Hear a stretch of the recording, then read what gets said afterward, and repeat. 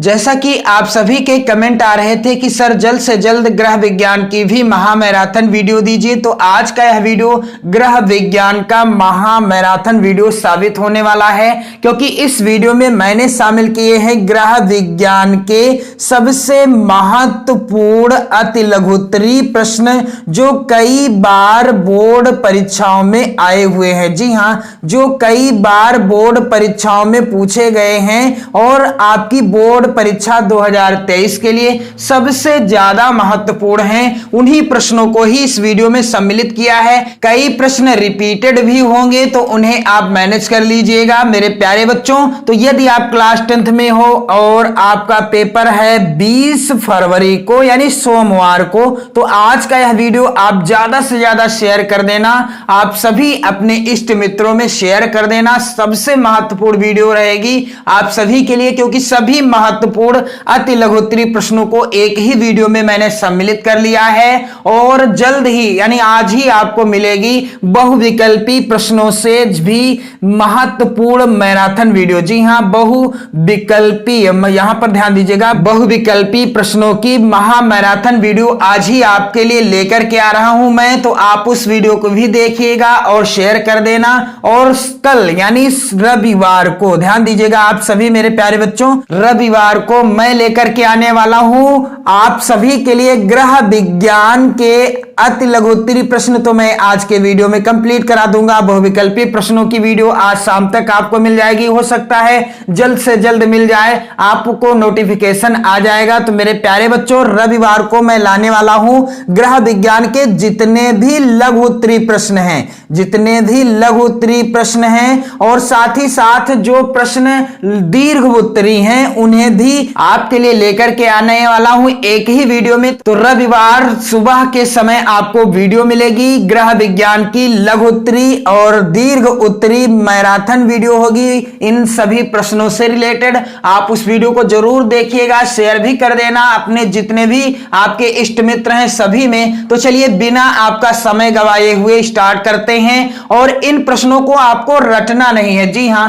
क्योंकि ग्रह विज्ञान में कुछ ही प्रश्न हैं जिन्हें आपको याद करना है, लेकिन कुछ प्रश्न ऐसे मिलेंगे जिन्हें आपको क्या करना है, समझना है। तो मैं आपको प्रत्येक प्रश्न का अर्थ भी समझाता चलूंगा, हालांकि समय थोड़ा सा ज्यादा लग सकता है, लेकिन आप जब प्रत्येक प्रश्न का अर्थ समझ जाएंगे, उत्तर का अर्थ समझ जाएंगे, तो आपको याद करने की ज्यादा विशेष आवश्यकता नहीं रहेगी। तो यहां पर पहला प्रश्न, वेरी इंपॉर्टेंट प्रश्नों को ही लिया है, बार बार आपको मैं नहीं बताऊंगा क्योंकि ये प्रश्न वेरी इंपॉर्टेंट हैं। और आप सभी कमेंट करके जरूर बताइएगा कि आपको वीडियो कैसा लगा, आप वीडियो को शेयर भी कर देना। पहला प्रश्न है बचत के 4 मुख्य उद्देश्य बताइए। तो यहां पर आप देखोगे पहला उद्देश्य क्या है, वृद्धावस्था में आर्थिक सुरक्षा। यदि आप बचत करोगे तो इससे क्या होगा, वृद्धावस्था में आपको रुपए पैसे से जो समस्या आती है यानी रुपए पैसे की जो कमी आती है उससे आप बचे रहोगे। बच्चों के विवाह में सहायता मिलेगी बचत करने से। तीसरा है आकस्मिक व्यय को पूरा करना, यानी अचानक आपके पास पैसे की आवश्यकता आ गई तो यदि आपने बचत की होगी तो आप इस अचानक आने वाले खर्चे को मैनेज कर लोगे। अगला है चौथा, आरामदायक आवश्यकताओं की पूर्ति में सहायक, जैसे आपके पास बाइक नहीं है तो बाइक खरीद सकते हो, या आपके पास 4 व्हीलर नहीं है तो 4 व्हीलर भी खरीद सकते हो। यानी आपके पास जो आरामदायक आवश्यकताएं हैं जिससे आराम मिलता है आपको, जो आरामदायक वस्तुएं हैं उन्हें भी आप बचत करके आसानी से खरीद सकते हो। अगला वेरी इंपॉर्टेंट प्रश्न, मैं आपको प्रत्येक प्रश्न का उत्तर समझाता चलूंगा, थोड़ा सा समय ज्यादा लगेगा लेकिन एक एक प्रश्न को मैं आपके दिमाग में बैठा दूंगा। अगला प्रश्न है चेक कितने प्रकार के होते हैं। चेक कितने प्रकार के होते हैं, तो मेरे प्यारे बच्चों पहला है साधारण या वाहक चेक। पहला प्रकार क्या है, साधारण या वाहक चेक।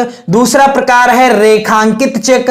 तीसरा प्रकार है उपहार चेक और यहां पर चौथा प्रकार है ट्रेवलर चेक। तो चेक कितने प्रकार के होते हैं, चेक 4 प्रकार के होते हैं, साधारण या वाहक चेक, रेखांकित चेक और उपहार चेक तथा ट्रेवलर चेक। अगला प्रश्न वेरी इंपॉर्टेंट, सभी प्रश्न महत्वपूर्ण हैं। अगला कह रहा है प्रश्न, रेखांकित चेक किसे कहते हैं। रेखांकित चेक किसे कहा जाता है? तो यहां पर उत्तर होगा कि बैंक के उस चेक को रेखांकित अथवा क्रॉस चेक। यदि प्रश्न आ जाए क्रॉस चेक किसे कहते हैं, तो चाहे रेखांकित चेक कहा जाए या क्रॉस चेक कहा जाए, दोनों एक ही चीज हैं। उसे क्या कहते हैं? रेखांकित अथवा क्रॉस चेक कहा जाता है, जिसमें चेक के बाईं ओर दो समानांतर रेखाएं खींच दी जाती हैं। बाईं ओर किस तरफ? बाईं ओर यानी इधर दो समानांतर रेखाएं खींच दी जाती हैं, बाईं ओर यानी इधर दो समानांतर रेखाएं खींच दी जाती हैं और इस चेक का पैसा प्राप्तकर्ता केवल अपने खाते में ही जमा कराकर प्राप्त कर सकता है। यानी इस चेक का पैसा आपको नगद नहीं मिलेगा, इस चेक का पैसा आप अपने खाते में ही जमा करा सकते हैं, आपको कैश नहीं मिलेगा और इस चेक का नगद भुगतान नहीं किया जाता। यहां पर लिखा भी है कि इस चेक का नगद भुगतान नहीं किया जाता। इस चेक द्वारा किया गया लेन देन सुरक्षित माना जाता है और इस चेक के द्वारा जो लेन देन किया जाता है बैंक के माध्यम से, यह सबसे ज्यादा सुरक्षित भी माना जाता है। और यहां पर आप देखोगे अगला प्रश्न, शरीर में पानी का क्या कार्य है? तो मेरे प्यारे बच्चों, पानी शरीर की जल संबंधी आवश्यकताओं की पूर्ति करता है। आप सभी जानते हो यह प्यास को शांत करता है। यदि आपको प्यास लगी है तो आप पानी के द्वारा ही तो प्यास बुझाएंगे। रक्त को तरलता प्रदान करता है और रक्त को क्या करता है? तरलता प्रदान करता है और साथ ही पाचन क्रिया, किस क्रिया में? पाचन क्रिया तथा उत्सर्जन क्रियाओं को संभव बनाता है तथा शारीरिक स्वच्छता का मुख्य साधन है। इसके बाद अगला प्रश्न क्या है? वृक्षारोपण से क्या लाभ है? तो वृक्षारोपण करने से क्या लाभ हो सकता है? अगला प्रश्न है, इसका उत्तर होगा कि वृक्षारोपण पर्यावरण प्रदूषण को नियंत्रित करने में सहायक होता है। वृक्षारोपण पर्यावरण प्रदूषण को नियंत्रित करने में सहायक होता है। वृक्ष वातावरण से कार्बन डाइऑक्साइड ग्रहण कर लेते हैं तथा अतिरिक्त मात्रा में ऑक्सीजन विसर्जित करते हैं। वृक्ष जो होते हैं ये वातावरण से कार्बन डाइऑक्साइड गैस को ग्रहण कर लेते हैं और सबसे ज्यादा यानी अतिरिक्त मात्रा में ऑक्सीजन को निकालते हैं यानी विसर्जित करते हैं। इससे वायु प्रदूषण कम होता है। इससे क्या होता है कि वायु प्रदूषण कम होता जाता है। अगला प्रश्न वेरी इंपॉर्टेंट, कह रहा है पर्यावरण की एक परिभाषा लिखिए। तो जिस वर्ट के अनुसार पर्यावरण वह कुछ भी है जो किसी वस्तु को चारों ओर से घेरे हुए है तथा उस पर प्रत्यक्ष प्रभाव डालता है। जिस वर्ट ने क्या परिभाषा दी है पर्यावरण की? कि पर्यावरण वह कुछ भी है जो किसी वस्तु को चारों ओर से घेरे हुए है और उस पर अपना प्रत्यक्ष प्रभाव भी डालता है। क्या कहलाता है? पर्यावरण कहलाता है। अगला प्रश्न है कूड़े करकट के निस्तारण की मुख्य विधियों का उल्लेख कीजिए। वेरी इंपॉर्टेंट प्रश्न है। तो कूड़े करकट का यानी निस्तारण कैसे किया जा सकता है? कूड़े को जलाकर नष्ट करना एक तो यह उपाय है कि कूड़े करकट को जला दिया जाए जिससे वह नष्ट हो जाएगा। दूसरा उपाय है जल स्रोतों में प्रवाहित करना यानी कूड़े करकट को जल स्रोतों में जैसे नदियों में, नहरों में या नालों में बहा दिया जाए। तीसरा है कूड़े से गड्ढों को पाटना, गड्ढे खोद दिए जाएं और उन गड्ढों को कूड़े से पाट दिया जाए। और चौथा है छटाई द्वारा कूड़े का उपयोग यानी कूड़े में छटाई का कार्य हो। यानी कहने का तात्पर्य है कि कूड़े को छांट लिया जाए, अच्छा कूड़ा अलग कर दिया जाए और जो खराब है उसे अलग कर दिया जाए, उपयोगी चीजों को निकाल दिया जाए। अगला है खाद बनाना और एक उपाय और भी है कि कूड़े का निस्तारण खाद बनाकर भी किया जा सकता है। इसके बाद मेरे प्यारे बच्चों अगला जो प्रश्न है वेरी इंपॉर्टेंट है, कह रहा है भोजन परोसने की विधियां लिखिए। यहां पर आप देखोगे प्रश्न है भोजन परोसने की विधियां कौन कौन सी हैं? उत्तर हो जाएगा भारतीय शैली, विदेशी शैली और बुफे शैली। ये 3 विधियां हैं भोजन परोसने की। अगला प्रश्न है भाप यानी वाष्प द्वारा भोजन पकाने से क्या लाभ है? तो भाप द्वारा भोजन पकाने से उसमें मौजूद पौष्टिक तत्व नष्ट नहीं होते हैं। जो भाप द्वारा भोजन पकाया जाता है तो उसमें जो मौजूद पौष्टिक तत्व होते हैं वो नष्ट नहीं होते हैं। अगला प्रश्न है भूनने तथा सेकने में क्या अंतर है? वेरी इंपॉर्टेंट प्रश्न है और इसका उत्तर हो जाएगा कि भूनते समय वस्तु आग में प्रत्यक्ष संपर्क में नहीं आती। भूनते समय जिस वस्तु को भूना जाता है वह आग में प्रत्यक्ष रूप से संपर्क में नहीं आती है, जबकि सेकने में क्या होता है, उसे सीधे अंगारों अथवा विद्युत सलाखों के ऊपर सेका जाता है। आपने देखा होगा, आप यदि ग्रामीण स्तर से हैं तो मैं आपको बताना चाहूंगा कि यदि आपकी माता जी या आपकी चाची जी या दादी जी कोई भी या आप स्वयं रोटी बनाते हैं तो क्या करते हैं कि जब रोटी सेकी जाती है तो उसे चूल्हे के अंदर जब नीचे लाया जाता है तो वह जो है आग के प्रत्यक्ष संपर्क में आ जाती है, जिसे हम क्या कहते हैं, सेकना। आपने सुना भी होगा, गांव में कहते हैं कि रोटी सेक दी गई है आकर खा लो। और भूनना क्या है कि जब वस्तु को आग के प्रत्यक्ष संपर्क में ना लाया जाए वही है भूनना। अगला है प्रश्न वेरी इंपॉर्टेंट, कह रहा है भोजन विषाक्त क्यों हो जाता है? तो भोजन में विषैले तत्वों के मिल जाने से भोजन विषाक्त हो जाता है। अगला प्रश्न है विषाक्त भोजन से क्या तात्पर्य है? तो उत्तर हो जाएगा भोजन के अंदर उपस्थित ऐसे पदार्थ जो व्यक्ति के शरीर में जाने के बाद विषैले प्रभाव उत्पन्न करते हैं, इन्हें क्या कहते हैं, विषाक्त भोजन कहते हैं। यानी भोजन के अंदर जो उपस्थित ऐसे पदार्थ जो व्यक्ति के शरीर में पहुंच जाएं और इसके बाद उस पर जो है विषैला प्रभाव उत्पन्न करें व्यक्ति पर, तो ये क्या होगा, यानी इस भोजन को क्या कहा जाएगा, विषाक्त भोजन कहा जाएगा।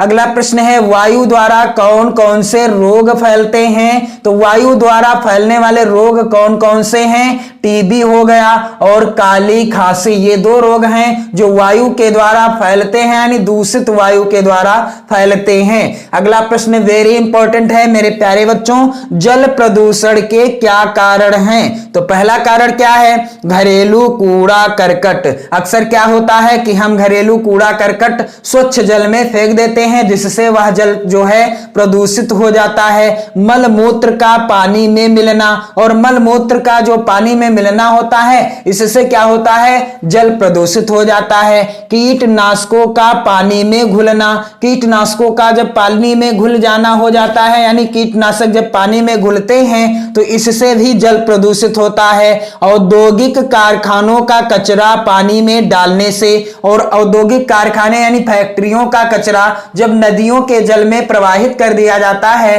तो वहां का जल क्या हो जाता है मेरे प्यारे बच्चों, प्रदूषित हो जाता है। तो मुझे नहीं लगता कि इन प्रश्नों को आपको रटना पड़ेगा, बस आप इन प्रश्नों का अर्थ समझते रहिए। मेरे कहने का तात्पर्य है इनका आप उत्तर समझते रहिए, वीडियो को शेयर भी करते रहिए। आपने हम पर विश्वास किया है, आपने कमेंट किया था कि मैराथन वीडियो लाइए, तो मैं लेकर के आ चुका हूं अति लघु उत्तरीय प्रश्नों की मैराथन वीडियो। और आपको रविवार सुबह आपको मिलेगी लघु उत्तरीय और दीर्घ उत्तरीय प्रश्नों की मैराथन वीडियो। तो आप जरूर जुड़े रहना चैनल के साथ। और आज ही आपको मैं देने वाला हूं बहुविकल्पी प्रश्नों की भी मैराथन वीडियो, यानी सभी महत्वपूर्ण प्रश्नों को एक ही वीडियो में मैं सम्मिलित करूंगा, तो आप इस वीडियो को जरूर देख लेना। अगला प्रश्न है यहां पर निर्जलीकरण क्या है? लगातार बोर्ड परीक्षा में आता रहा है यह प्रश्न, निर्जलीकरण क्या है? उत्तर हो जाएगा किसी भी कारण से शरीर में जल की कमी हो जाना निर्जलीकरण है। किसी भी कारण से हमारे शरीर में जब जल की कमी हो जाती है, पानी की कमी हो जाती है, उसी प्रक्रिया को या उसी को क्या कहते हैं, निर्जलीकरण कहते हैं। जैसे डायरिया में बार बार दस्त होते हैं और इस कारण से क्या होता है, निर्जलीकरण की स्थिति पैदा हो जाती है। अतिसार के साथ यदि निर्जलीकरण निर्जलीकरण की स्थिति उत्पन्न हो जाए तो स्थिति ज्यादा बिगड़ जाती है। अतः शरीर में आवश्यक जल की मात्रा में कमी को क्या कहते हैं? निर्जलीकरण कहते हैं। यानी हमारे शरीर में जितने जल की आवश्यकता है यदि उस मात्रा में जल उपस्थित नहीं हो पाता या हमारे शरीर में नहीं मौजूद हो पाता या हमारे शरीर को नहीं प्राप्त होता है, उसे ही यानी उस प्रक्रिया को ही कहते हैं निर्जलीकरण। अगला प्रश्न है जल द्वारा फैलने वाले रोगों के नाम लिखिए। तो जल द्वारा फैलने वाले रोग कौन कौन से हैं? टाइफाइड है, हैजा है। वेरी इंपॉर्टेंट, यहां से प्रश्न जरूर बनेगा कि हैजा रोग किसके द्वारा फैलता है या दूषित जल के द्वारा कौन सा रोग फैलता है? विकल्प में होगा हैजा, तो आपको हैजा ही सही करना होगा। यहां पर पेचिस है, अतिसार है तथा पीलिया आदि हैं। अगला प्रश्न है मृदु जल एवं कठोर जल में अंतर लिखिए। तो मृदु जल पीने में कैसा होता है? मीठा एवं स्वादिष्ट होता है, जबकि कठोर जल जो होता है पीने में खारा व भारी होता है। मृदु जल पीने में मीठा लगता है, स्वादिष्ट लगता है, और कठोर जल कैसा लगता है? पीने में खारा एवं भारी होता है। अगला प्रश्न है कह रहा है पारिवारिक बचत से आप क्या समझती हैं? आय का वह भाग जो आवश्यकताओं की पूर्ति हेतु उत्पादक कार्यों में निवेशित किया जाता है बचत कहलाता है। और जितने भी प्रश्न मैं आपको बता रहा हूं, मैं आशा करता हूं कि आप इन सभी प्रश्नों को तैयार कर लेंगे और मैं वादा करता हूं कि यहां से प्रश्न आपकी बोर्ड परीक्षा में जरूर आएंगे। आप किसी भी जिले से हो, क्योंकि यूपी बोर्ड का पेपर सेम एक ही होता है, बाकी प्रश्न थोड़ा सा चेंज होते हैं, यानी प्रश्न थोड़ा सा बदले होते हैं। हो सकता है एक जिले में जो प्रश्न आता है दूसरे जिले में वो प्रश्न ना आए, लेकिन जो मैं महत्वपूर्ण प्रश्न लेकर आया हूं आप सभी के लिए महत्वपूर्ण है। कह रहा है अगला प्रश्न प्राथमिक चिकित्सा क्या है? चोट लग जाने के तुरंत बाद सर्वप्रथम जो उपचार किया जाता है उसे कहते हैं प्राथमिक चिकित्सा। उसे क्या कहते हैं? प्राथमिक चिकित्सा कहते हैं। अगला प्रश्न है कुपोषण से आप क्या समझते हैं? तो उत्तर क्या होगा? पोषण की अव्यवस्था तथा अनुचित ढंग को कुपोषण कहा जाता है। कुपोषण की अवस्था में या तो समुचित मात्रा एवं गुणों के अनुसार आहार नहीं मिल पाता अथवा आवश्यकता से अधिक मात्रा में आहार ग्रहण किया जाता है। कुपोषण दो कारणों से हो सकता है। एक कारण यह हो सकता है कि हो सकता है आपको समुचित मात्रा में एवं गुणों के अनुसार, यानी जो आपको आहार चाहिए था हो सकता है वो आहार आपको नहीं मिला तो आपको कुपोषण हो गया या किसी को कुपोषण हो गया। और दूसरी चीज क्या है कि आवश्यकता से अधिक मात्रा में यदि आहार मिल गया या आहार ग्रहण कर लिया तो भी कुपोषण की स्थिति पैदा हो जाएगी। अगला है यहां पर प्रश्न प्रोटीन प्राप्ति के स्रोत बताइए। तो दालें, सोयाबीन, दूध, अंडा, मांस तथा मछली ये सभी प्रोटीन प्राप्ति के स्रोत हैं। अगला प्रश्न है शरीर के लिए भोजन क्यों आवश्यक है? तो जीवित प्राणियों के लिए भोजन ग्रहण करना अनिवार्य है। जितने भी जीवित प्राणी होते हैं वही भोजन करते हैं, मुर्दे नहीं करते। शरीर की वृद्धि एवं विकास के लिए, ऊर्जा प्रदान करने के लिए, रोगों से मुकाबला करने की शक्ति प्राप्त करने के लिए तथा नियमित रूप से भूख शांत करने के लिए भोजन ग्रहण करना आवश्यक है। तो ये है शरीर के लिए भोजन की आवश्यकता। अगला प्रश्न है वस्त्र सिलने से पूर्व ठीक नाप लेना क्यों आवश्यक है? मेरे प्यारे बच्चों उत्तर क्या हो जाएगा? वस्त्र सिलने से पूर्व ठीक नाप लेने से वस्त्र सही फिटिंग के बनते हैं तथा आरामदायक भी रहते हैं। अगला प्रश्न है संक्रामक रोग किसे कहते हैं? तो जो रोग रोगाणुओं के माध्यम से एक व्यक्ति या प्राणी से दूसरे व्यक्ति या प्राणी को लग जाते हैं उन्हें कहते हैं संक्रामक रोग। यानी जो रोग एक व्यक्ति या प्राणी से दूसरे व्यक्ति या प्राणी को लग जाते हैं उन्हें क्या कहते हैं?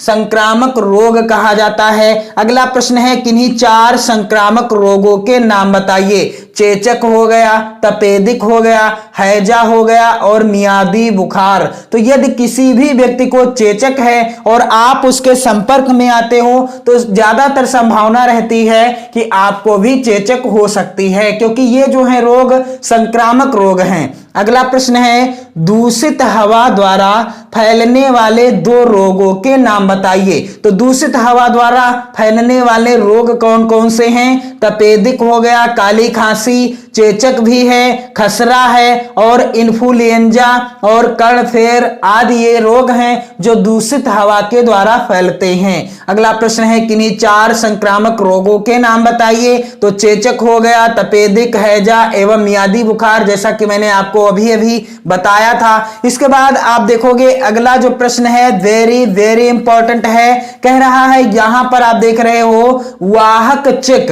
किसे कहते हैं, इसके लाभ बताइए। वाहक चिक किसे कहते हैं और इसके क्या लाभ हैं? तो यहां पर उत्तर हो जाएगा मेरे प्यारे बच्चों, वाहक चिक उस चिक को कहते हैं जिसे ले जाकर कोई भी व्यक्ति बैंक से नकद पैसे ले सकता है। इस प्रकार का चेक अपने किसी भी विश्वसनीय व्यक्ति को देकर बैंक से धन निकलवाया जा सकता है। एक ऐसा चेक जिसके द्वारा आप किसी भी व्यक्ति के द्वारा अपना पैसा, यानी जो विश्वसनीय व्यक्ति है उसे आप चेक दे करके बैंक से पैसा प्राप्त कर सकते हो, और इस चेक को कहते हैं कैसा चेक?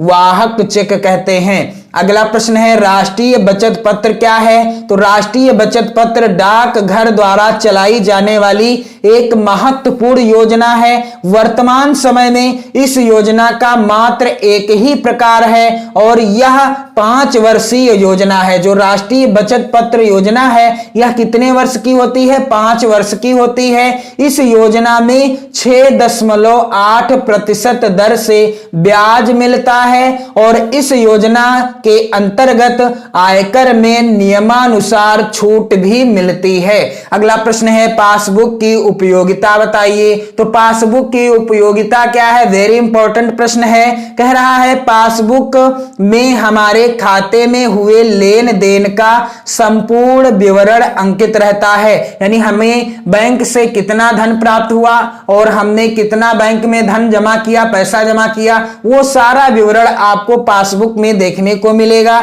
इससे हम अपने खाते की यथार्थ स्थिति को तुरंत जान सकते हैं, यानी हमारे खाते में कितना पैसा है और कितना नहीं है, ये सारी जानकारी आपको प्राप्त हो सकती है पासबुक के द्वारा। अगला प्रश्न है पर्यावरण प्रदूषण किसे कहते हैं? तो पर्यावरण के किसी भी भाग या पक्ष में होने वाले वह समस्त परिवर्तन पर्यावरण प्रदूषण कहलाते हैं जिनका मनुष्यों, प्राणियों एवं वनस्पतियों पर प्रतिकूल प्रभाव पड़ता है।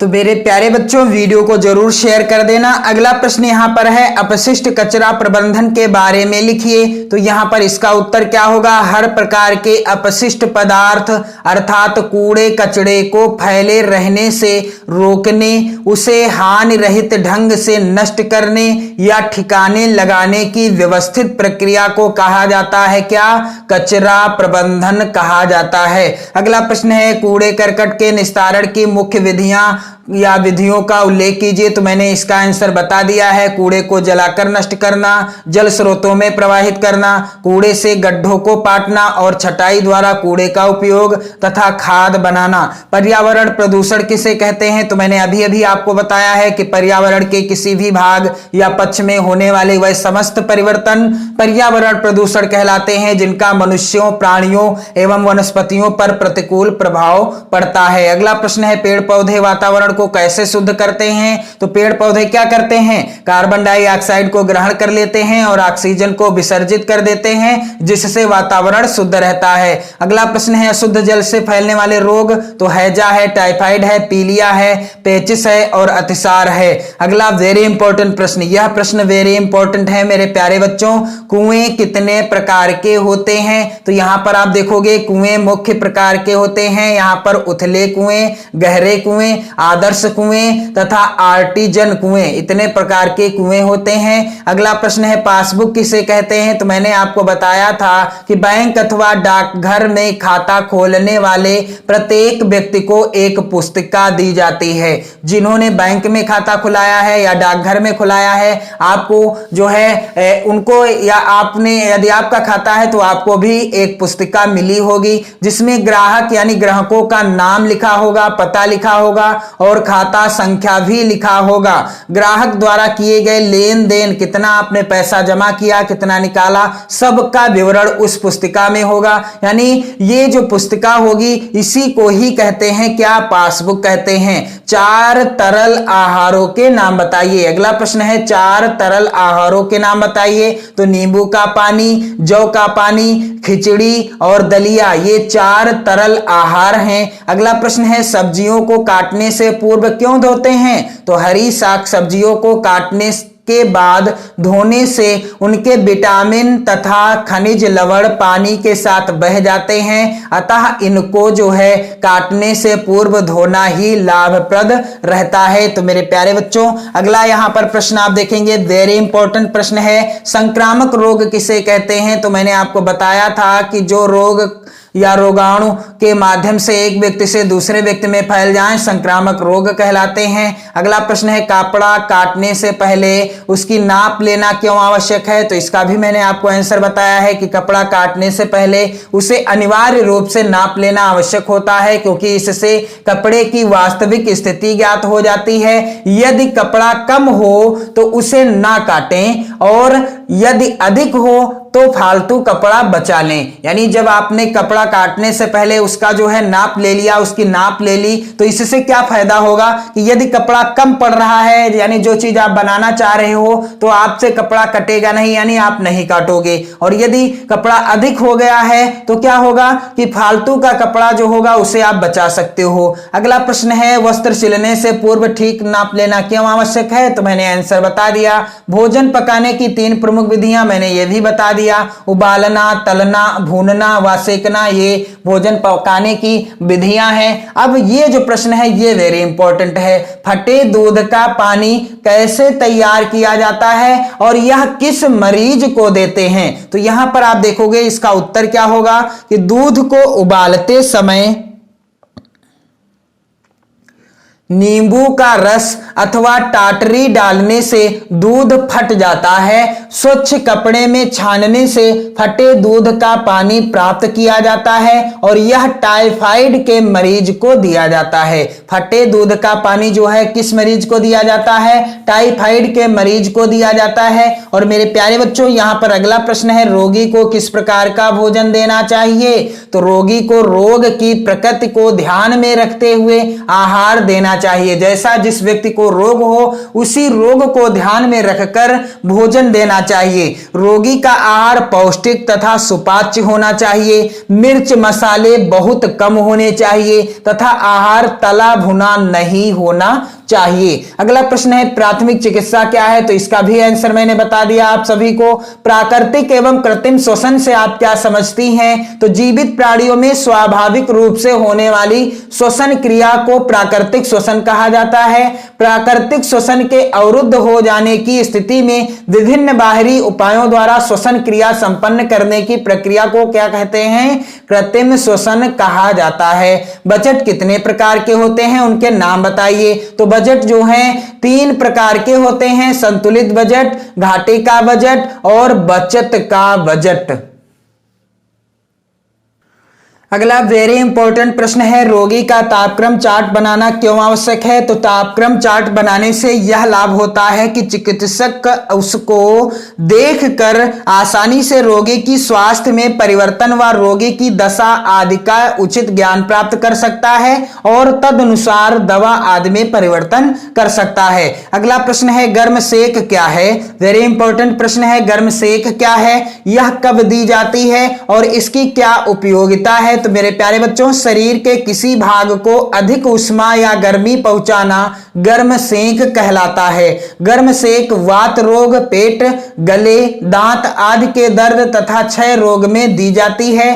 गुम, चोट, मोच, सूजन आदि में भी गर्म सेक देने से लाभ होता है। फिर यहां पर है प्राकृतिक एवं कृत्रिम श्वसन से आप क्या समझती हैं, इसका आंसर बता चुका मैं। मानव शरीर के लिए ऑक्सीजन क्यों आवश्यक है, तो शरीर में ऊर्जा की प्राप्ति ऑक्सीकरण द्वारा होती है तथा ऑक्सीकरण के लिए ऑक्सीजन आवश्यक है। श्वसन तंत्र के 3 मुख्य अंगों के नाम नासिका, श्वास नली और फेफड़े हैं। मानव शरीर में श्वसन क्रिया को क्या महत्व है, यानी श्वसन क्रिया का क्या महत्व है, तो कोशिकाओं में होने वाली ऑक्सीकरण क्रियाओं के लिए ऑक्सीजन, यहां पर आप देखोगे कोशिकाओं में होने वाली जो ऑक्सीकरण क्रियाएं होती हैं, इसके लिए ऑक्सीजन उपलब्ध कराना तथा रुधिर से कार्बन डाइऑक्साइड को विसर्जित करने के लिए श्वसन क्रिया अति आवश्यक है।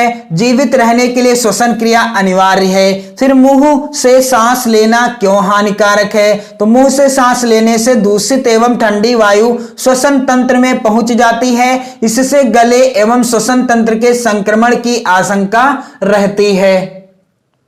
अगला यहां पर प्रश्न है, रोगी का तापक्रम चार्ट बनाना क्यों आवश्यक है, आंसर मैंने बता दिया है। बर्फ की टोपी का प्रयोग कब और कैसे करते हैं, वेरी इंपॉर्टेंट प्रश्न है। बर्फ की टोपी का प्रयोग शरीर के किसी विशेष स्थान पर ठंडी सेंक पहुंचाने के लिए भी किया जाता है। इसका प्रयोग सूजन अथवा दर्द को कम करने के लिए या रक्त बहाव रोकने के लिए भी करते हैं, यानी रक्त जब बह रहा होता है तो रक्त के बहाव को रोकने के लिए भी बर्फ की टोपी का प्रयोग किया जाता है। दर्द को कम करने के लिए या रक्त बहाव रोकने के लिए भी इसका प्रयोग करते हैं। और बर्फ की टोपी लेकर उसका मुंह खोल लीजिए और उसमें बर्फ के छोटे छोटे टुकड़े करके भर लीजिए। उसका ढक्कन बंद करके तौलियों में लपेट कर काम में लाइए। ऐसे आपको प्रयोग में लाना है। श्वसन तंत्र के अंगों के नाम मैंने आपको बता दिया। मोच के लक्षण क्या हैं, तो संबंधित अंग में सूजन आ जाती है तथा इधर उधर हिलाने डुलाने में पीड़ा होती है। मोच का लक्षण क्या है, जहां पर मोच आ गई होगी उस अंग में सूजन आ जाएगी और हिलाने डुलाने में क्या होगा, दर्द भी होगा। मोच आने वाले अंग का रंग कुछ कुछ नीला काला होने लगता है। जहां पर मोच आई है वहां का जो है रंग कैसा होने लगता है, कुछ नीला अथवा काला होने लगता है। फिर रोगी को तरल आहार क्यों दिया जाता है, तरल आहार को रोगी सरलता से ग्रहण कर लेता है तथा इसका पाचन भी सरलता से हो जाता है, इसलिए रोगी को तरल आहार दिया जाता है। भोजन पकाने की विभिन्न विधियां कौन कौन सी हैं, तो तेज आग पर उबालना, धीरे धीरे उबालना, धीमी आग पर उबालना, अधिक चिकनाई में तलना, तक कम चिकनाई में तलना, सीधी आंच में भूनना और सेकना आदि, ये क्या है, भोजन पकाने की प्रमुख विधियां हैं। फिर यहां पर आप देखोगे ये जो प्रश्न है वेरी इंपॉर्टेंट है, सभी मैंने महत्वपूर्ण अति लघुत्तरीय प्रश्नों को करा दिया है इस वीडियो में। वीडियो को जरूर शेयर कर दें और रविवार को सुबह आपको जो है लघु उत्तरीय और दीर्घ उत्तरीय प्रश्नों की महामैराथन वीडियो प्रोवाइड कराऊंगा मैं ग्रह विज्ञान की। यदि आप कमेंट करोगे तो आप जो है वीडियो को शेयर कर दें और अपने प्यारे प्यारे कमेंट भी करते रहें। जय हिंद।